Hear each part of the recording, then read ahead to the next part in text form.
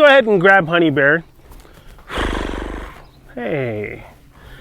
And I'm going to show you this exercise, and it's called turn 2. Okay? So with this turn 2 exercise, the idea is I want to teach Honey Bear how to give to the rein before I ever actually even put a bridle on her, right? So if you picture where the halter is, okay, and if a bridle were on her, you know, the bridle would be here in her mouth and the rein would be coming this direction. Well, for right now, my lead rope is going to be my rein, okay? So if I'm riding Honey Bear, and this again, this is an example of how we clarify our communication so that the groundwork that we do will directly translate into the work that we do under saddle. So by standing here, if I were riding, I would draw my hand down the rein, I'd pick up, and I'd want to draw her and have her move her front end over, okay? So like ideally, I'd like to see the hind end stay relatively still and that front end kind of cross over and give to the pressure that I'm asking. Again, this is going to prepare her, I'm gonna step her up a little, for when I ask her for the same maneuver under saddle. So I'm gonna do it just like I would do when I'm riding. So that's how I'm gonna start. I'm just gonna slide my hand down. She thinks I'm asking her to maybe flex or something, but I'm just gonna slide my hand down. And then what I'm gonna do is I'm going to pick up with clarity.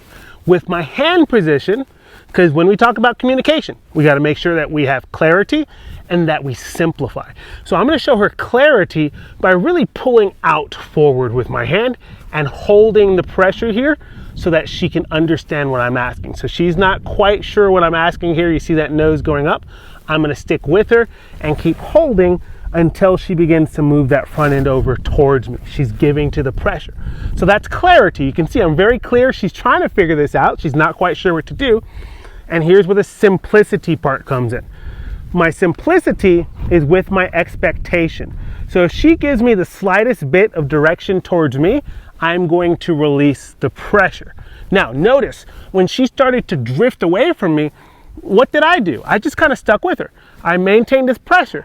Because if I had released the pressure, I would have rewarded her from moving away from me instead of coming towards me. And I want her to know that the goal here is to come towards this pressure, move into this pressure. So I'm just gonna hold, and if she's not giving, all I'm gonna do is actually kind of lift a little higher to put more pressure on her. There, she started to come forward, or she started to come to, so I released the pressure, right? So it wasn't the prettiest, it wasn't perfect, but she started to come in my direction. Take a nice big deep breath, release the pressure, let her know that she made a good choice by giving to the pressure. So you can see, again, clarity, right? I see a lot of people, they're on a fresh young horse and their hand movements are so small and tiny and they're riding that horse like a finished horse, right? So it would not be fair for me to just pick up here and expect for her to give, right? She doesn't know what that means. So I got to give her clarity. So I'm going to ask again and I'm going to pick up. And here's the trick. If she goes to walk forward, I'm just going to kind of lift up to say, hey, don't go forward, find another way out of the pressure. And I'm going to kind of step this way to see if I can draw her towards my direction. And the moment she starts to give, there, I release the pressure, right? You see how I gave her lots of clarity by holding my hand way out there to let her know with clarity, like this is the pressure I want you to give to. So I'm going to kind of direct it more towards me here. I'm going to hold there. Oh, I like that. Yes. Good girl. I'm going to go ahead and step her out and swing her. When I am riding my pony, because of the way, I'm going to get her attention, because of the way our horse's eyes are right on the side of her head, when I go to slide my hand down to pick up on the rein, she can see that. So I want her to get in the habit without even having to put a bridle on her, to where I slide my hand down, I start to make contact, she picks up, and whoa, what a pony. She gives to that pressure immediately. And so I don't want her to come over the top of me. She's got to be patient. I'm going to kind of push her back over here.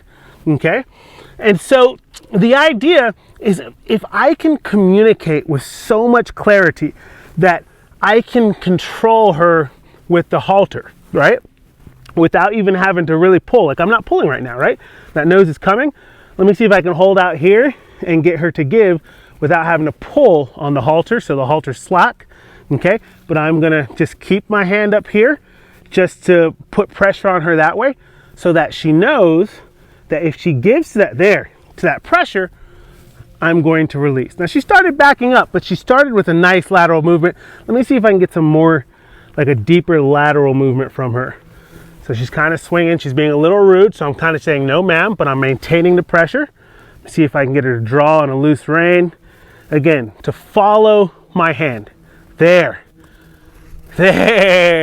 good girl. So if I can get her to give to me on a loose rein like that, then I'm certainly going to be able to communicate with her under saddle to give to the pressure of the bridle without a lot of resistance. So a couple of things for if you are doing this exercise at home.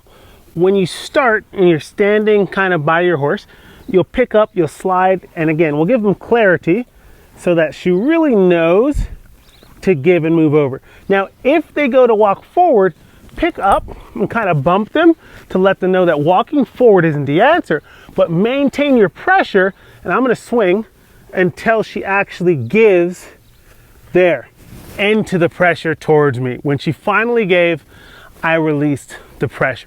Now here's another trick that you can use if you find you're having a hard time with this exercise, okay?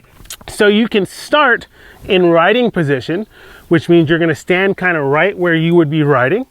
And then when you pick up, ask your pony to come towards you. Now make sure you watch out for your toes, because we're asking them to draw in towards us. And so you gotta really kind of scoot your toes out of the way so that she has room there to come towards and place. I'm gonna keep with her until she comes over there. Very good. I'm gonna ask again. Good. And again. Very nice. Very nice. That last one was very nice, very soft, very quiet and relaxed. But say you're having a hard time, again, just getting her to give off of that. Start in this position, and then to give her clarity, you can actually shift to where you're in front of her and you're blocking her from being able to just run forward past you. So pick up your hand, hold, and wait for her to give, and it puts you in a safe position where you can't get your toes stepped on or crushed if she comes towards you. So again, you can start from riding position, start to pick up. If she's not giving, switch to in front, and you're gonna find it's easier for her to give when we raise in that way. And again, just another way that we can give them more direction as to what it is we are asking.